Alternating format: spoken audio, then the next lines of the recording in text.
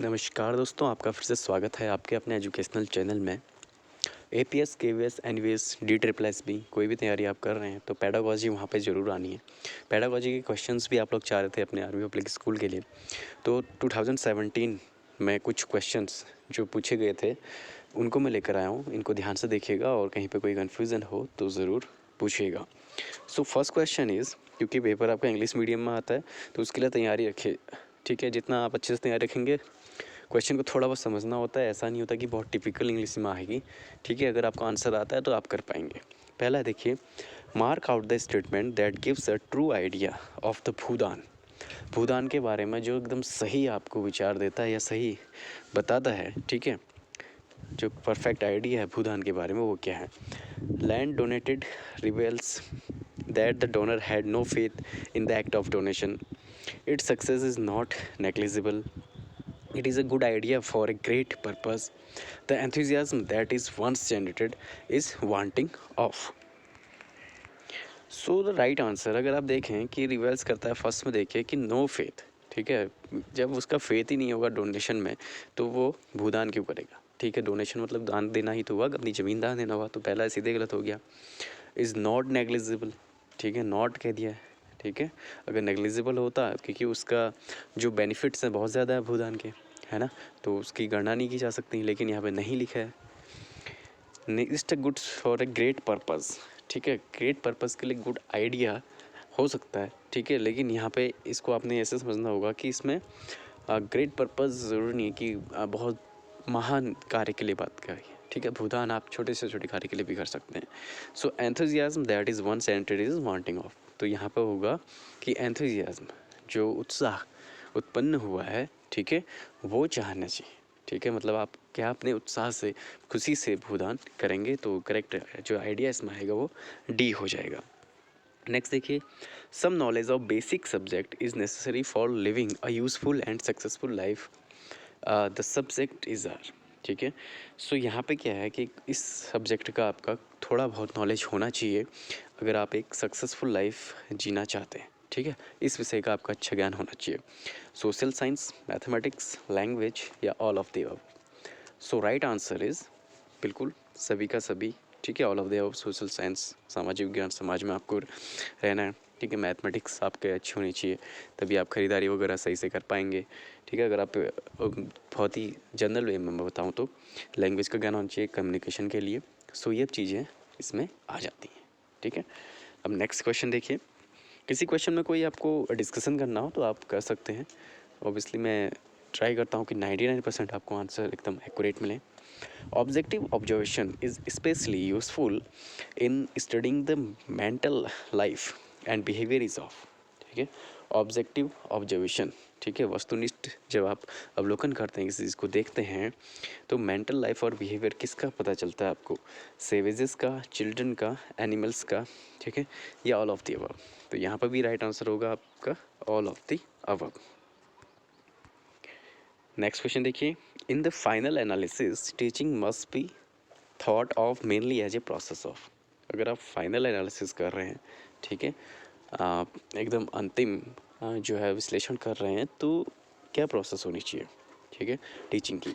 Asking questions to the peoples, केवल question पूछना, या directing the activities of the peoples, ठीक है, उनकी एक्टिविटीज़ को निर्देश देना, या hearing the recitation of the people, ठीक है, या नन ऑफ द अबव। तो नन ऑफ द अबव तो होगा नहीं, एक नेक्स्ट सही आंसर होगा।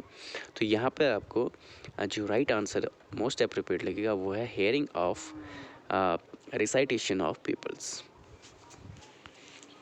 सो विश्लेषण में जब आप बच्चों का सस्वर पाठ कराते हैं, ठीक है, रिसाइटेशन में मतलब होता है कि आप उनको सस्वर पाठ कराते हैं, यानी कि उनसे उच्चारण करने को कहते हैं, तो वहाँ पे आपका जो एकदम राइट आंसर हो बनता है यहाँ पे। नेक्स्ट है, which of the following statement regarding motivation is correct. Motivation के लिए इनमें से क्या करेक्ट है।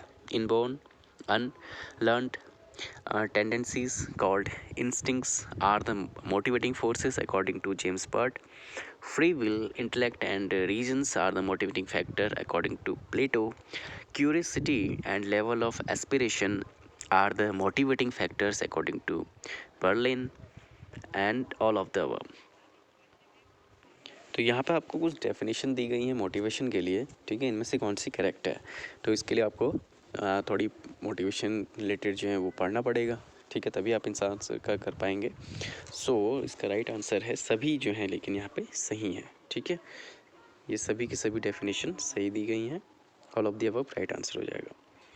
नेक्स्ट है intelligence is expressed as a quotient and formula use to arrive at I Q is, ठीक है, आई क्यू निकालने के लिए क्या होता है, ठीक है। सो बिल्कुल सिंपल है, मेंटल एज अपॉन जो क्रोनोलॉजिकल एज है इंटू 100, ठीक है, इस तरह से इसको लिखा जाता है, mental as upon chronological age into 100, यानी कि मानसिक आयु बट्टे शारीरिक आयु गुणा 100, ठीक है। किसी बच्चे की आयु अगर वो 10 वर्ष का है और वो 13 वर्ष के बच्चे की जितना जानता है, तो उसको निकालने के लिए क्या करेंगे आप, 13 बट्टा 10, ठीक है। मेंटल एज उसकी 13 है और रियल एज जो है उसकी शारीरिक आयु 10 है, इंटू 100 कर देंगे तो उसका जो है आई क्यू आ जाएगा जो 130 है, ठीक है। इस तरह से आपको ये करना होता है। नेक्स्ट क्वेश्चन है a young child's disobedience generally signifies, ठीक है, एक यंग बच्चा अगर आपकी आज्ञा पालन नहीं कर रहा है, ठीक है, उसको क्या सिग्निफाई करता है, उसकी क्रिएटिविटी, इंटेलिजेंस, अनहैप्पीनेस या नीड फॉर पनिशमेंट, ठीक है, सिंपल क्वेश्चन है। तो अगर बच्चा कहना नहीं मान रहा है तो वो उसकी अनहैप्पीनेस है, ठीक है, वाले वो अप्रसन्न है, किसी चीज़ से खुश नहीं है।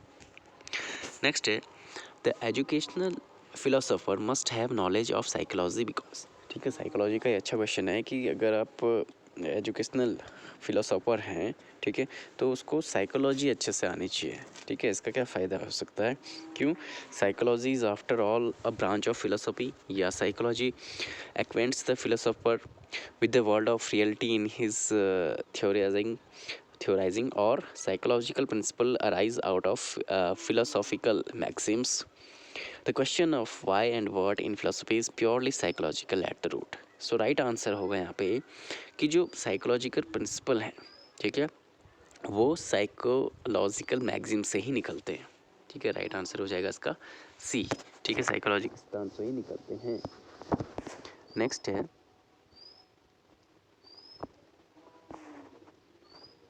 biological inheritance is determined specifically by the biological inheritance chromosomes से होते हैं, जीन से, पेरेंट्स से या फर्टिलाइज सेल से। सो इनहेरिटेंस, ठीक है, बायोलॉजी के विद्यार्थी तो इसको इजीली कर लेंगे, इसका जीन्स आंसर होगा, ठीक है। जितने भी करेक्टर जो पेरेंट्स से चिल्ड्रन में जाते हैं वो जीन्स में ही होते हैं, जो एक पीढ़ी से दूसरी पीढ़ी में जाते हैं, ठीक है। डीएनए में क्रोमोसोम्स होते हैं, क्रोमोसोम्स में जीन्स होते हैं, वही पास ऑन होते हैं एक जनरेशन से दूसरी जनरेशन में, जिसमें जो पेरेंट्स के कैरेक्टर हैं उनकी ऑफस्प्रिंग में, यानी कि उनके संतानों में जाती है, ठीक है। सो इसको मेनली आप किससे निर्धारित करते हैं, बायोलॉजिकल इनहेरिटेंस को जीन्स के द्वारा, ठीक है। सो राइट आंसर हो गया बी। अगला है the student describe an experiment demonstrated by the teacher in the classroom. This statement is an example of the student's behavior pertaining to the following objective, ठीक है। एक एक्सपेरिमेंट किया टीचर ने और जो बच्चे हैं, ठीक है, उन्होंने उसको डिस्क्राइब कर लिया, मतलब डिटेल में बताया, ठीक है, उस एक्सपेरिमेंट को। तो ये किसका एग्जाम्पल है, ठीक है, किसका उदाहरण है, किस बात का ये उदाहरण है, नॉलेज का, एप्लीकेशन का, अंडरस्टैंडिंग का या एनालिसिस का, ठीक है। क्वेश्चन से आप समझ गए होंगे कि ये क्वेश्चन कहाँ से लिया गया है, ब्लूम टैक्सोनॉमी से, ठीक है। जो क्वेश्चन मैं आप लोगों को बता रहा हूँ ये प्रीवियस ईयर्स के क्वेश्चन से लिए गए हैं, तो आपको ध्यान रखना है जैसे ही क्वेश्चन आता है कि ये कौन सा टॉपिक को टच कर रहा है, आप उस टॉपिक को ज़रूर टच करके जाएँ, पढ़ के जाएँ जब भी आप अपना करें, ठीक है। इसको पढ़ाई ज़रूर करनी है कि आपको ब्लूम टैक्सोनॉमी पढ़नी पड़ेगी, ठीक है। सो यहाँ पे जो राइट आंसर होगा कि बच्चे क्या हैं, अगर डिस्क्राइब कर पा रहे हैं, ठीक है, डिस्क्राइब कर रहे हैं। अगर आपने ब्लूम टैक्सोनॉमी पढ़ी नहीं है तो इसमें प्लेलिस्ट में जाके चैनल में आप सर्च करेंगे तो आपको ब्लूम टैक्सोनॉमी डिटेल में मिल जाएगी। सी टेट में मैंने उसको बताया हुआ है, सी टेट की प्लेलिस्ट में देख लीजिएगा। सो अंडरस्टैंडिंग का ही लेवल है, ठीक है।